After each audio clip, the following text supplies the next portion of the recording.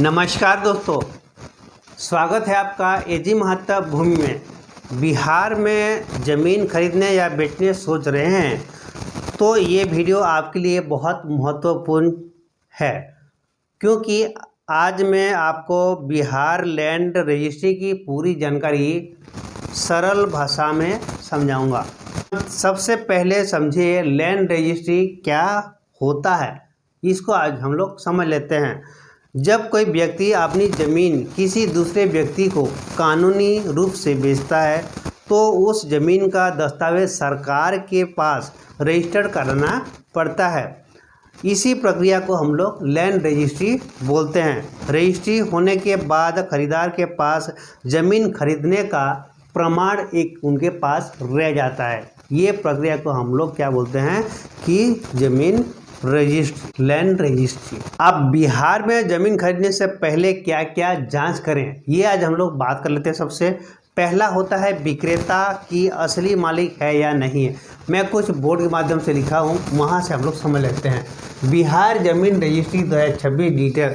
अब दोस्तों, ज़मीन खरीदने से पहले हम लोग को ये जांच कर लेना चाहिए कि विक्रेता ही असली मालिक है या नहीं, ये जांच पड़ताल कर लें। इसके बाद में ज़मीन का खाता, खसरा नंबर और थाना नंबर को मिलान करना पड़ता है।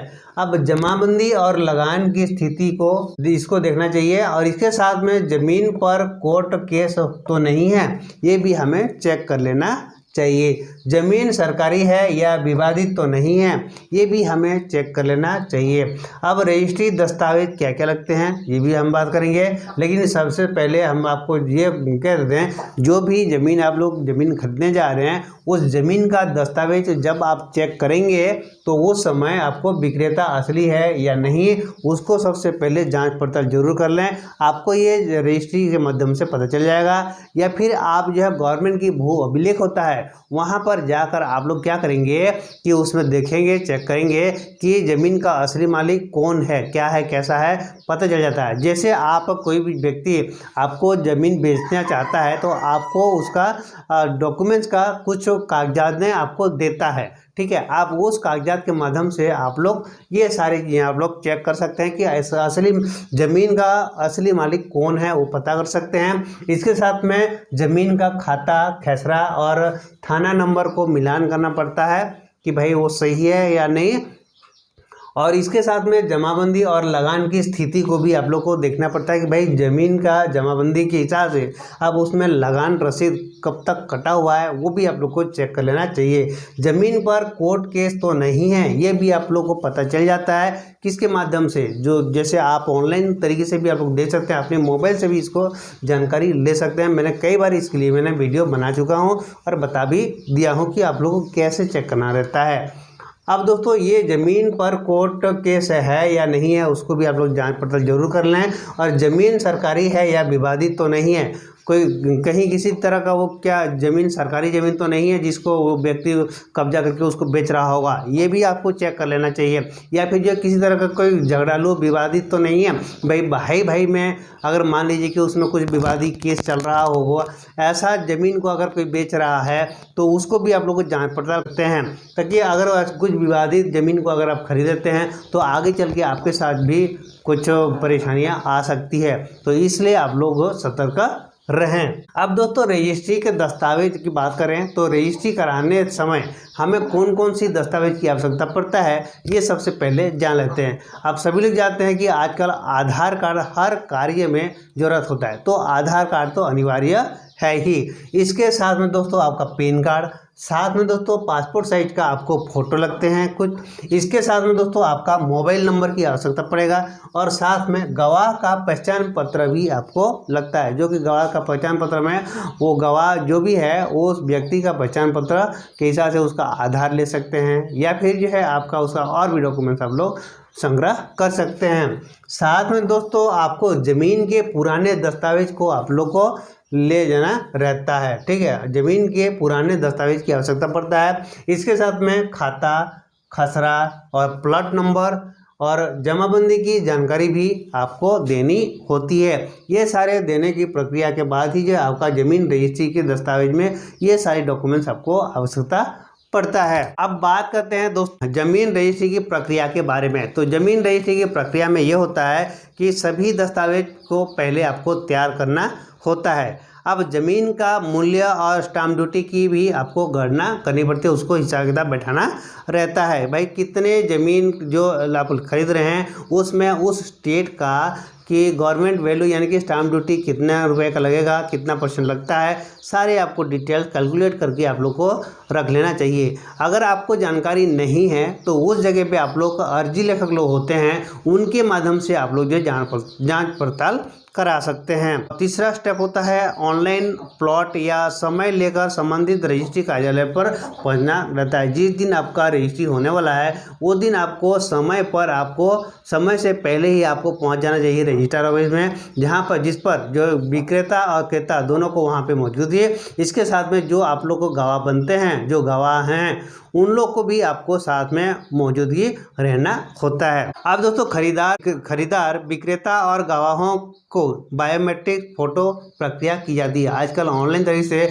वहीं पर आपको क्या होगा, जो खरीदने वाला व्यक्ति और बेचने वाला व्यक्ति उनको बायोमेट्रिक यानी कि फ़ोटो खींचा जाता है। ठीक है और बायोमेट्रिक थंबनेल भी लगते हैं, साथ में गवाहों का भी जो थंबनेल लगाया जाता है और आजकल उन लोग का भी जो फ़ोटो खींचा जाता है। ठीक है, यानी कि ऑनलाइन तरीके से वहीं पर फ़ोटो खींचा जाता है। इसलिए आपको टाइमली आपको वहाँ पे जिस दिन रजिस्ट्री होना है उस दिन आपको टाइमली पहुँचना चाहिए होता है। टाइमली पहुंचेंगे तभी जाके ये सारी प्रक्रिया होती है। अगर आपका जैसे मान लीजिए एक दिन में कई रजिस्ट्री होता है तो नंबर बाई नंबर वहाँ पे जो है रजिस्ट्री होता है, एक एक करके रजिस्ट्री होता है। हो सकता है आपका कौन सी नंबर में आपका रजिस्ट्री होने वाला है, हो सकता है आपका सबसे पहले आपका ही नंबर हो, तो इसलिए आपको समय से आपको पहुँच जाना चाहिए वहाँ पर रजिस्ट्री के दिन में। तो दस्तावेज पर हस्ताक्षर किए जाते हैं। अब जितने भी दस्तावेज हैं जो आप अर्जी लेखा के माध्यम से बनवाए हैं, फॉर्मेट बनवाए हैं, उसमें हर पन्ने में जो है साइन इन या दस्तावेज भी करना रहता है। रजिस्ट्री पूरी होने के बाद प्रमाणित दस्तावेज जारी किया जाता है। आपका रजिस्ट्री पूरी हो जाएगा, प्रमाणित दस्तावेज आपको मिल जाती है, यानी कि हाँ आपका रजिस्ट्री हो गया या पट्टा आपको मिल गया। ठीक है, तो दोस्तों ये हो जाने के बाद आपको एक और काम कराना पड़ता है। आपका ये रजिस्ट्रार ऑफिस में तो रजिस्ट्री हो गया, लेकिन आप इतने से आपको संतुष्टि नहीं रहना है। इसके बाद में भी एक और प्रक्रिया होते हैं जिसे हम लोग जो है दाखिल खारिज या म्यूटेशन हम लोग जिसे बोलते हैं। यानी कि जो व्यक्ति जमीन खरीद लेता है, खरीदने के बाद रजिस्ट्री तो बाकायदा मिल जाता है, लेकिन गवर्नमेंट की भू अभिलेख में भी आपका नाम दर्ज कराना रहता है। यानी कि गवर्नमेंट की भू अभिलेख में अभी तक तो फिलहाल जो बेचने वाला व्यक्ति है वही उसी के नाम पर जो है वहाँ पे खाता में गवर्नमेंट की भू अभिलेख में दिखाई दे रहा है, लेकिन उसका नाम को हटवा कर आपने ज़मीन खरीद लिया तो आपका नाम वहाँ पे चढ़ना चाहिए। यानी कि क्रेता का नाम वहाँ पे नाम दर्ज होना चाहिए और अब जो है उस दिन से उस ज़मीन का मालिकाना हक आपको क्रेता जो आप खरीद लिया उसके नाम पर जो है आपको देखने को मिलेगा। और प्लॉट नंबर, खाता नंबर, कितना रकबा लिए हैं, वो सारे डिटेल आपको, यानी कि आप मालिकाना हक प्राप्त कर चुके, तो वो होना चाहिए।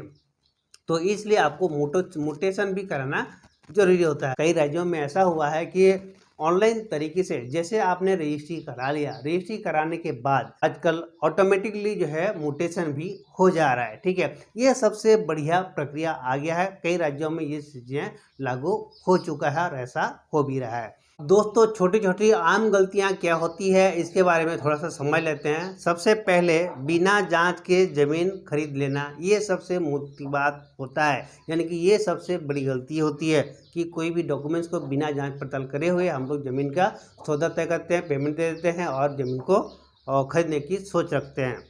केवल एग्रीमेंट पर भरोसा करना, जैसे कई बार क्या होता है कि भाई एग्रीमेंट जो बनती है दोनों के बीच में, क्रेता विक्रेता दोनों के बीच में, तो अब उसी को हम लोग भरोसा करके ज़मीन को खरीद लेना, ये हमसे बड़ी गलती होती है। पुराने दस्तावेज नहीं चेक करना, जैसे उनका पुराना दस्तावेज जो है उसको नहीं चेक करना, ये भी हमारी बड़ी गलती होती है। अब ज़मीन का वास्तविक कब्जा जांचे बिना भुगतान कर देना, जैसे ज़मीन का वास्तविक कब्जा, भाई ज़मीन किसके नाम पर कब्जा है, ज़मीन किस व्यक्ति कब्जा कर रखा है, उसको जांचे बिना आपको उस ज़मीन पर पेमेंट दे देना, पैसा भुगतान कर देना, ये सबसे बड़ी गलतियां होती है। तो दोस्तों ये सारे सावधानियां रखते हुए आपको जो है काम करना चाहिए, और इसके अगर इस सारी सभी को अगर आप फॉलो करते हैं, इस तरीके से अगर आप फॉलो करते हैं, तो आपको ज़मीन खरीदने या फिर जो है आपको ज़मीन खरीदने बेचने में आपको कोई भी दिक्कत परेशानी नहीं होगा। अगर ये जानकारी उपयोगी लगी हो